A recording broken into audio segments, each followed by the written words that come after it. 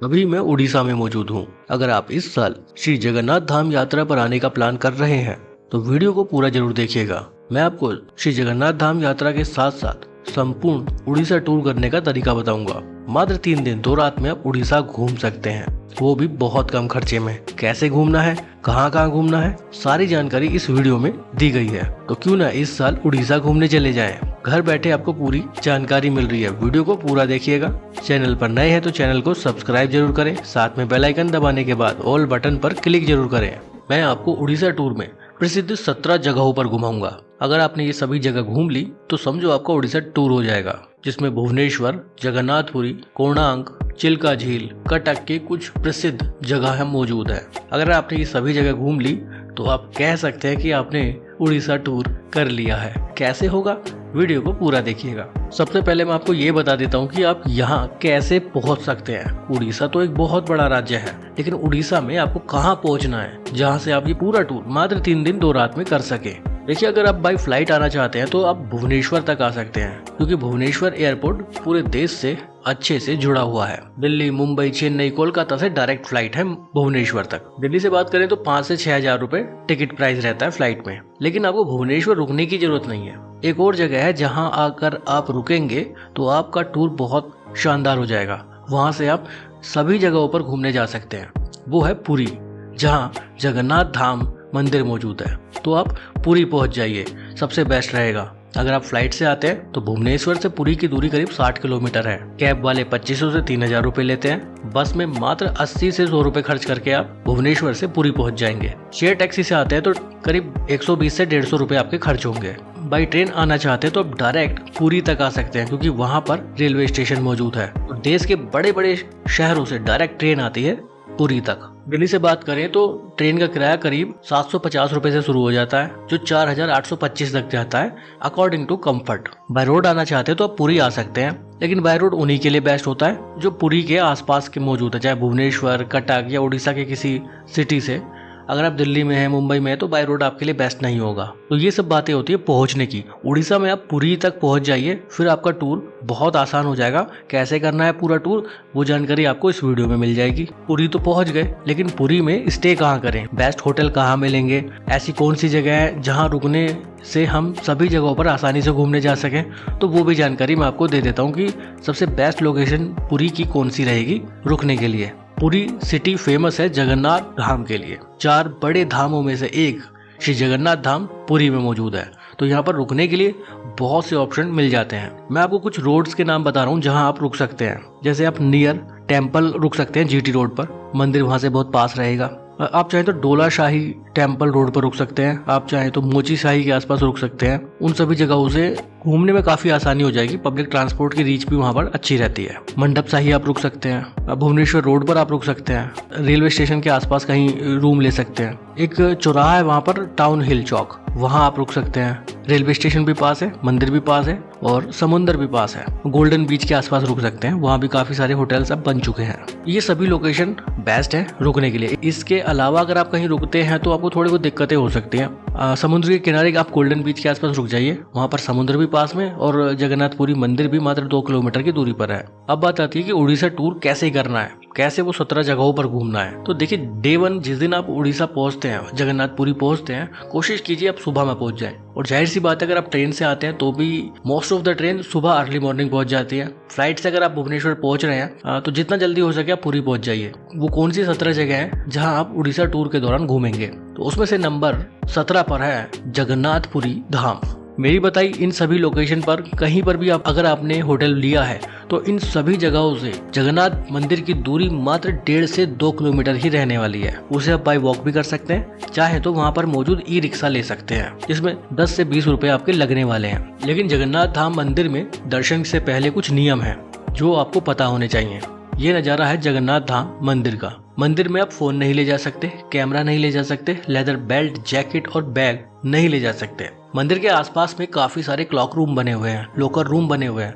वहाँ आप का एक्स्ट्रा लगेज या कीमती सामान भी रख सकते हैं, जिसमें 50 से 100 रुपए लगने वाले हैं। मंदिर में हमेशा भीड़ भाड़ रहती है। अगर आप दर्शन करने जाते हैं तो आपको मिनिमम 2.5 से 3 घंटे लगने वाले हैं। ये मिनिमम है, इससे ज्यादा भी लग सकते हैं, डिपेंड भीड़ पर करेगा। दर्शन का टाइम सुबह 5 बजे से रात को 9-10 बजे तक रहता है। इस बीच में 3 से 4 भोग और आरती का भी आयोजन किया जाता है। उस समय दर्शन रोक दिए जाते हैं। जगन्नाथ मंदिर में भगवान श्री कृष्ण, उनके भाई बलदेव और उनकी बहन सुभद्रा के दर्शन होते हैं। बहुत मान्यता है जगन्नाथ धाम मंदिर की। भारत के प्रसिद्ध बड़े 4 धाम में से एक है श्री जगन्नाथ मंदिर, जहाँ बताया जाता है कि भगवान श्री कृष्ण का धड़कता हुआ दिल आज भी मौजूद है। यहाँ हमेशा भीड़ रहती है। पूरे साल आप कभी भी यहाँ आ सकते हैं। बहुत चहल पहल रहती है। सुबह के वक्त, शाम के वक्त मंदिर के आसपास का नज़ारा बहुत शानदार रहता है। जगन्नाथ मंदिर के अंदर एक गुरुण स्तंभ है। बताया जाता है कि जगन्नाथ मंदिर की चोटी पर शाम को 5 बजे के आसपास रोजाना झंडे को बदला जाता है। उसे देखने के लिए भी यहाँ हजारों की तादाद में श्रद्धालु पहुंच जाते हैं। बताया ये भी जाता है कि इस मंदिर की चोटी के ऊपर से कोई भी विमान या पक्षी नहीं उड़ता है। उड़ीसा आने वाले सभी यात्री, सभी टूरिस्ट यहाँ दर्शन करने के बाद उड़ीसा टूर की शुरुआत करते हैं। लिस्ट में नंबर 16 पर है पुरी के बाजार। मंदिर के आसपास जहाँ भी आप घूमेंगे वही पुरी का बाजार है। यहाँ पर खरीदारी के लिए, खान पान के लिए बहुत सी दुकानें मौजूद हैं। आराम से मंदिर में दर्शन के बाद घूम सकते हैं। जगन्नाथ धाम मंदिर दर्शन कर लीजिए, उसके बाद पुरी के बाजार घूम लीजिए। इसके बाद आप जगन्नाथपुरी या पुरी सिटी के लोकल टूर पर निकल जाइए। इससे आपका समय भी बचेगा और आप ज्यादा जगहों पर भी घूम पाएंगे। पुरी के लोकल टूर में आप 7 से 8 अलग अलग जगहों पर घूमेंगे। लोकल टूर करना कैसे है वो भी मैं आपको बताऊंगा, लेकिन उससे पहले मैं आपको बताता हूँ कि आप किन जगहों पर घूमेंगे पूरी लोकल टूर में। लिस्ट में नंबर 15 पर है जगन्नाथ सरोवर। यहाँ से इस टूर की शुरुआत होती है। वो पॉइंट है मोची साई। उसके बाद बैरिकेड लगा रहता है। मंदिर तक आपको पैदल जाना पड़ता है। तो मोची साई से जगन्नाथ सरोवर की दूरी करीब 2.5 किलोमीटर है। इस सरोवर को नरेंद्र टैंक के नाम से भी जाना जाता है। बहुत प्राचीन ये जगह है। यहाँ बैठना बहुत अच्छा लगता है। सरोवर के मेन गेट पर ही कुछ दुकानें मौजूद है। सामने सरोवर में खूबसूरत मंदिर भी मौजूद है। लिस्ट में नंबर 14 पर है ओमकारेश्वर मंदिर। जगन्नाथ मंदिर से करीब 6 किलोमीटर की दूरी पर है। भगवान शिव को समर्पित ओमकारेश्वर मंदिर भी पुरी का एक फेमस और प्रसिद्ध प्राचीन मंदिर है। आपको यहाँ भी जरूर आना चाहिए। लिस्ट में नंबर 13 पर है श्री गौर विहार आश्रम, जिसे गुप्त वृंदावन के नाम से जाना जाता है। ओमकारेश्वर मंदिर से मात्र 6 किलोमीटर की दूरी पर है। गुप्त वृंदावन मंदिर में आप महसूस करेंगे कि आप मानो निधिवन में घूम रहे हो। हालांकि निधिवन और गुप्त वृंदावन के गौर विहार आश्रम में थोड़ा सा अंतर है, लेकिन भगवान श्री कृष्ण और राधा जी के बहुत ही खूबसूरत नज़ारे यहाँ आप देख पाएंगे। खूबसूरत पेंटिंग, खूबसूरत मूर्तियाँ आप देखेंगे। साथ ही भगवान जगन्नाथ के भी यहाँ अलग अलग रूप के आप दर्शन कर पाएंगे। बच्चों के लिए झूले की व्यवस्था है। यहाँ घूमना काफी अच्छा लगता है। श्री गौर विहार आश्रम से करीब 7 से 7.5 किलोमीटर की दूरी पर है। लिस्ट में नंबर 11 पर है बेड़ी हनुमान मंदिर। चक्र तीर्थ से मात्र 350 मीटर की दूरी पर है। बेड़ी हनुमान मंदिर के बारे में बताया जाता है कि ये पुरी की रक्षा करते हैं। यहाँ हनुमान जी का मंदिर है और यही हनुमान जी पुरी की रक्षा करते हैं। इसीलिए यहाँ हनुमान जी को बेड़ियों से जकड़ कर रखा गया है, ताकि वो हमेशा यहाँ मौजूद रहे और पूरे पुरी शहर की, पूरे उड़ीसा की रक्षा करें। लिस्ट में नंबर 10 पर है श्री राम टेम्पल। बेड़ी हनुमान मंदिर से मात्र 800 मीटर की दूरी पर है। श्री राम मंदिर भी बहुत प्राचीन है। आपको यहाँ भी दर्शन करने जरूर आना चाहिए। लिस्ट में नंबर 9 पर है श्री गुंडीचा मंदिर। ये मंदिर जगन्नाथ मंदिर से सीधे तौर पर जुड़ा हुआ है। जून के महीने में जब जगन्नाथ धाम में रथ यात्रा निकलती है तो वो इन्हीं 2 मंदिर के बीच में निकलती है। इस दौरान लाखों की तादाद में श्रद्धालु यहाँ पहुँचते हैं। सभी की बस एक ही ख्वाहिश होती है कि वो किसी भी तरह जगन्नाथ जी के रथ को छू सके। पुरी का लोकल टूर करीब 26 किलोमीटर के दायरे में हो जाता है। इस टूर को करना भी बहुत आसान है। अगर आप ऑटो रिक्शा से इस टूर को करते हैं तो मात्र 1200 रुपए लगेंगे और आप ये पूरा टूर कर लेंगे। कैब से करना चाहते हैं तो 1800 रुपए में कर सकते हैं। कैब से थोड़ा फास्ट हो जाएगा, ऑटो में थोड़ा समय ज्यादा लगेगा, लेकिन प्राइस में भी अंतर है। अगर आप इस टूर को ई रिक्शा से करेंगे तो मात्र 1000 रुपए में कर सकते हैं, लेकिन उसमें थोड़ा समय ज्यादा लग जाता है। बाकी चॉइस आपकी, आप किसी भी व्हीकल का सहारा ले सकते हैं। इन सब जगहों पर घूमने के बाद शाम के वक्त आप पहुंच जाइए पुरी के फेमस गोल्डन बीच पर। ये नजारा है गोल्डन बीच का। सुबह के वक्त और शाम के वक्त यहाँ देखने लायक व्यू होते हैं। समुद्र की ऊंची ऊंची लहरों में लोग एंजॉय करते हैं। कुछ लोग नहाते भी हैं, कुछ लोग किनारे पर बैठ जाते हैं। आसपास में बहुत सी दुकानें मौजूद हैं, जिसमें खान पान से लेकर खरीदारी के लिए भी बहुत सी दुकानें हैं।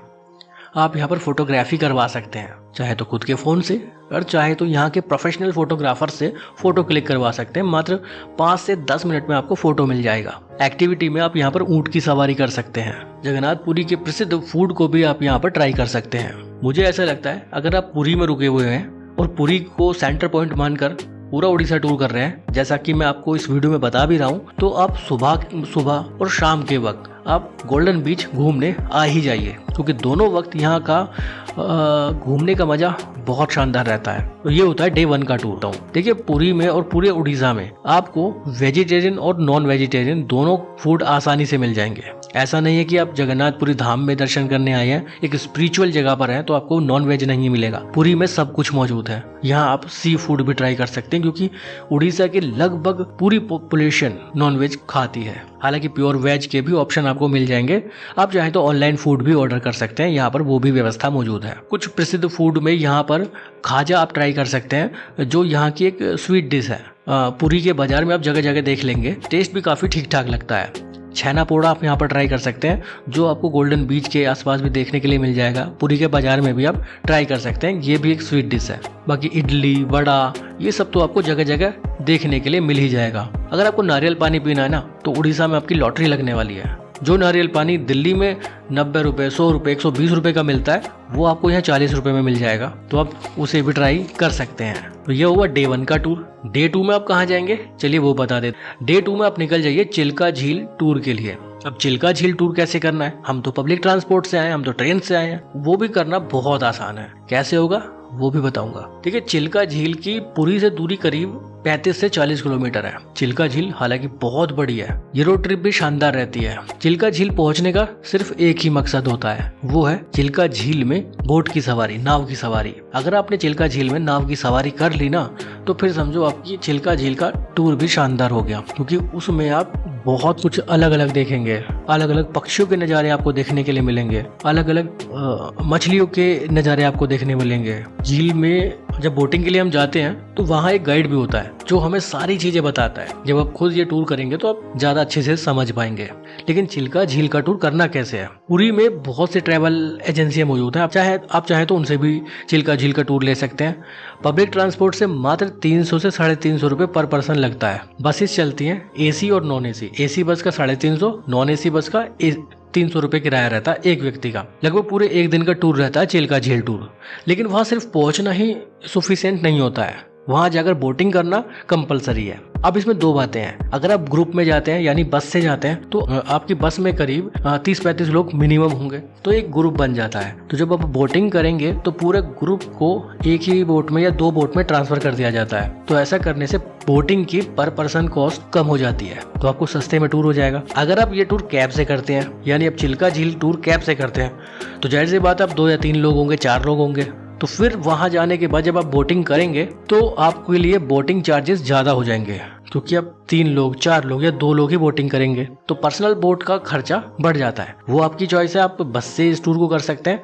चिल्का झील के टूर के लिए कैब का किराया करीब 2200 रुपए से लेकर 2500 रुपए रहता है। हैचबैक की मैं बात कर रहा हूँ, जिसमें 4 लोग बैठ सकते हैं। दोनों चॉइस आपके पास है। आप चाहे तो बस से चले जाइए, आप चाहे तो कैब ले लीजिए। बस बहुत सस्ती रहेगी, कैब थोड़ी सी एक्सपेंसिव हो जाएगी, बाकी चॉइस आपकी है। तो ये होता है डे 2 का टूर। वापस आइए, डिनर कीजिए, स्टे कीजिए। डे 3 टूर भी बहुत शानदार होगा। मैंने आपको स्टार्टिंग में ही बताया था कि मात्र 2 रात रुककर 3 दिन में आप इस पूरे टूर को कर सकते हैं। अब तीसरा दिन जो होगा वो आपका चेकआउट डे होता है। अच्छा, चेकआउट के नाम से एक बात मैं आपको बता दूं, पुरी में जितने भी होटल्स हैं वहाँ चेक इन और चेकआउट टाइम एकदम डिफरेंट है। यहाँ पर चेक इन टाइम सुबह 8 से 9 बजे होता है और चेकआउट टाइम सुबह 7 बजे होता है। बाकी आप दूसरी जगहों पर देखते होंगे चेकआउट टाइम 10 बजे, 11 बजे या 12 बजे होता है, लेकिन यहाँ पर चेकआउट टाइम सुबह 7 बजे रहता है। तो डे 3 में चेकआउट कर दीजिए और दूसरे टूर पर निकल जाइए। आज आप कहाँ घूमेंगे? आज आप घूमेंगे कोणार्क मंदिर, सन टेम्पल, भुवनेश्वर की प्रसिद्ध जगहों पर। ये टूर कैसे होगा वो भी मैं आपको बताऊंगा। डे 3 का जो टूर होगा इसमें भी आप 7-8 अलग अलग जगहों पर घूमने जाएंगे। आप चाहें तो इस टूर के बाद वापस भी घर जा सकते हैं। चाहे तो एक रात का स्टे और भी कर सकते हैं, लेकिन मैं आपको तरीका बताऊंगा कि आपको स्टे करने की जरूरत नहीं पड़ेगी। तो लिस्ट में नंबर 7 पर है चंद्रभागा बीच। पुरी से जब हम इस टूर की शुरुआत करते हैं तो सबसे पहला पॉइंट आता है चंद्रभागा बीच। समुद्र किनारे आप यहाँ पर कुछ समय बिता सकते हैं। गोल्डन बीच की तरह ही ये बीच भी बहुत खूबसूरत है। लिस्ट में नंबर 6 पर है कोणार्क मंदिर, जिसे सन टेम्पल के नाम से भी जाना जाता है। चंद्रभागा बीच पर घूमने के बाद हम पहुंचे हैं कोणार्क मंदिर, और ये मंदिर बहुत प्रसिद्ध मंदिर है। पूरे देश में इस मंदिर की बहुत मान्यता है। हालांकि मंदिर में किसी भी तरह की पूजा पाठ का आयोजन नहीं होता है, लेकिन यहाँ हजारों टूरिस्ट, हजारों श्रद्धालु डेली आते हैं। बहुत बड़े परिसर में ये मंदिर बना हुआ है। मंदिर का आर्किटेक्ट बहुत खूबसूरत है, बहुत प्राचीन मंदिर है। सूर्य मंदिर के नाम से इस मंदिर को जाना जाता है। आप 10 का नोट उठाकर देखिए, 10 के नोट पर जो मंदिर बना हुआ है ना, ये वही मंदिर है। मंदिर के कुछ हिस्से अब काफी ज्यादा क्षतिग्रस्त हो चुके हैं, क्योंकि मंदिर बहुत प्राचीन है। मंदिर को मेंटेन करने का भी काम लगातार यहाँ पर चल रहा है। मंदिर में कैमरा, फोन ले जाना प्रतिबंधित नहीं है, आप ले जा सकते हैं। लोग यहाँ पर फोटोग्राफी करते रहते हैं। बहुत अच्छी जगह है। इसके साथ साथ कोणार्क मंदिर के पास का जो बाजार है ना, वो भी बहुत शानदार है। अगर आपको कुछ खरीदारी करनी है, अगर आपको उड़ीसा की कुछ प्रसिद्ध और यहाँ की हैंडीक्राफ्ट से संबंधित कुछ चीजें खरीदनी या फिर उड़ीसा के कुछ ऑथेंटिक सामान खरीदने हैं, तो कोणार्क मंदिर के पास के बाजार से खरीद सकते हैं। ये सबसे बेस्ट बाजार आपके लिए हो सकता है। कुछ समय निकालिए और यहाँ के बाजार में खरीदारी कर लीजिए। लिस्ट में नंबर 5 पर है लिंगराज मंदिर, और लिंगराज मंदिर मौजूद है भुवनेश्वर में। कोणार्क मंदिर दर्शन के बाद, कोणार्क मंदिर की यात्रा के बाद आपको लिंगराज मंदिर भुवनेश्वर आना होगा। डे 3 का टूर कैसे करना है वो भी मैं आपको बताऊंगा, तो बेफिक्र होकर ये वीडियो देख लीजिए। लिंगराज मंदिर भुवनेश्वर का सबसे प्रसिद्ध और प्राचीन मंदिर है। इस मंदिर में रोजाना हजारों की तादाद में श्रद्धालु आते हैं। मंदिर में दर्शन करना ही अपने आप में एक बहुत बड़ा टास्क है। मुख्य द्वार पर ही बहुत भीड़ रहती है। शूज स्टैंड पर, लगेज स्टैंड पर काफी ज्यादा भीड़ रहती है। जैसे भी मौका मिले आप मंदिर में प्रवेश कर लीजिए। मंदिर बहुत बड़ा है। एक व्यू दिखाता हूँ आपको मंदिर का। ये नजारा देखिए आप, यहाँ से पूरे मंदिर का एक अद्भुत व्यू दिखाई पड़ रहा है। ये है लिंगराज मंदिर, आपको यहाँ जरूर आना चाहिए। मंदिर भुवनेश्वर के सिटी सेंटर में मौजूद है, तो आसपास में पूरा बाजार है। जैसे कि मैंने शुरू में आपको बताया, नारियल पानी आप यहाँ जगह जगह देखेंगे, तो आप भुवनेश्वर आने के बाद भी नारियल पानी ट्राई कर सकते हैं। लिस्ट में नंबर 4 पर है धौलागिरी। डे 3 में आप धौलागिरी यात्रा पर भी जा सकते हैं। लिस्ट में नंबर 3 पर है उदयगिरी। उदयगिरी गुफा है, यहाँ भी आपको जरूर आना चाहिए, क्योंकि भुवनेश्वर की मस्ट विजिटिंग प्लेसेस में से एक है उदयगिरी। थोड़ी सी सीढ़ियाँ चढ़कर ऊपर जाना पड़ता है, और ये नज़ारा देखिए आप पहाड़ों का। छोटी छोटी गुफाएं यहाँ पर बनी हुई है, और ये सब प्राकृतिक है, नेचुरल है। व्यू बहुत अच्छा लगता है यहाँ का। फोटोग्राफी लोग यहाँ पर करते रहते हैं। भुवनेश्वर की मस्ट विजिटिंग प्लेसेस में से एक है उदयगिरी। लिस्ट में नंबर 2 पर है खंडागिरी। उदयगिरी के ठीक सामने ही खंडागिरी है। हालांकि इनमें एंट्री टिकट एक लगता है। एंट्री टिकट लीजिए और आप घूमने चले जाइए। उदयगिरी और खंडागिरी ऐसी जगह है, आप आराम से यहाँ पर 1-1.5 घंटा बिता सकते हैं। लिस्ट में नंबर 1 पर है भुवनेश्वर का जू, जिसे नंदन कानन जू के नाम से जाना जाता है। यहाँ भी 50 रुपए का एंट्री टिकट रहता है। आराम से आप घूमने जा सकते हैं। खंडागिरी से करीब 18 किलोमीटर की दूरी पर है नंदन कानन जू।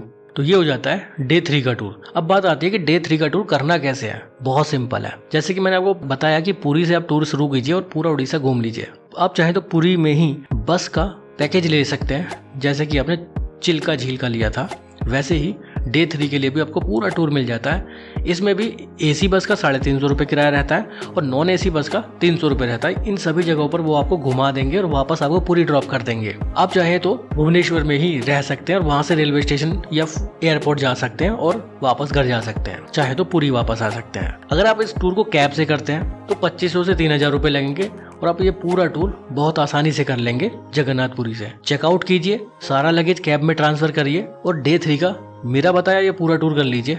आपकी यात्रा बहुत शानदार हो जाएगी। भुवनेश्वर पहुंच जाएं जब लास्ट में जू घूमने के बाद, अगर आप फ्लाइट से जाना चाहते हैं तो एयरपोर्ट पहुंच जाइए, ट्रेन से जाना चाहते हैं तो रेलवे स्टेशन पहुंच जाइए। यानी कहने का मतलब ये है कि जब आप उड़ीसा टूर पर आओ तो ट्रेन का रिजर्वेशन पुरी तक करवाओ और रिटर्न में ट्रेन का रिजर्वेशन भुवनेश्वर से आपके सिटी तक करवाओ। तो इस तरह से मात्र 2 रात रुक कर ही आप उड़ीसा के प्रसिद्ध जगहों पर घूम सकते हैं। इससे बेस्ट कोई तरीका नहीं है उड़ीसा टूर का। कम समय में कम खर्चे पे आप पूरा टूर कर सकते हैं। हालांकि आप चाहे तो 1 रात और रुक जाइए तो और भी ज्यादा कंफर्टेबली इन सभी जगहों पर घूम सकते हैं। भुवनेश्वर में और भी बहुत सारी जगह घूमने की है। अब मैं आपको बताता हूँ कि यहाँ का मौसम कैसा रहेगा, कब टूर आपको करना बेस्ट रहेगा। देखिए यहाँ का जो मौसम है ना, वो अपने दिल्ली एनसीआर के से कंपेयर करें तो बहुत ज़्यादा ठीक रहता है। जब जून के मंथ में दिल्ली में एनसीआर में ज़बरदस्त गर्मी होती है, तब भी यहाँ का टेम्परेचर 29-30 के आसपास रहता है और अपने यहाँ और दिल्ली में टेम्परेचर 40 से ऊपर चला जाता है। जून के महीने में तो यहाँ पर जगन्नाथ भगवान की रथ यात्रा निकाली जाती है तो लाखों श्रद्धालु यहाँ पहुँचते हैं। वेदर ठीक रहता है, आप आसानी से घूम सकते हैं। सर्दियों में तो और भी अच्छा वेदर यहाँ पर हो जाता है। बजट की बात करें तो बजट फ्रेंडली ये टूर रहेगा। मात्र 2 रात पुरी में रुककर आप पूरा टूर कर लेंगे। डे 1 में पुरी घूम लीजिए, डे 2 में चिल्का टूर कर लीजिए, डे 3 में भुवनेश्वर और कोणार्क टूर आपका हो जाएगा और डे 3 का टूर पूरा होने के बाद आप रेलवे स्टेशन या एयरपोर्ट पर जा सकते हैं। चाहे तो 1 रात और रुक सकते हैं। मोबाइल नेटवर्क की बात करूं तो यहाँ पर सभी सिम प्रॉपरली काम करते हैं। मैंने आपको उड़ीसा की वो सभी जगह बताई जहाँ टूरिस्ट सबसे ज्यादा घूमने आते हैं। वीडियो अच्छी लगी हो तो लाइक करिएगा, क्योंकि ऐसी वीडियोस को बनाने में काफी मेहनत लगती है, तो लाइक जरूर करिएगा। आपके एक लाइक से बहुत मोटिवेशन मिलता है। एक अच्छा सा कमेंट जरूर करिएगा। शेयर जरूर करें उन सभी लोगों के साथ जिन्हें घूमने का शौक है। क्या पता इस वीडियो से उनकी कुछ हेल्प हो जाए। फिर मिलेंगे आपसे एक नई जगह पर, एक नई जगह की इन्फॉर्मेशन के साथ। तब तक के लिए बाय, बहुत बहुत धन्यवाद।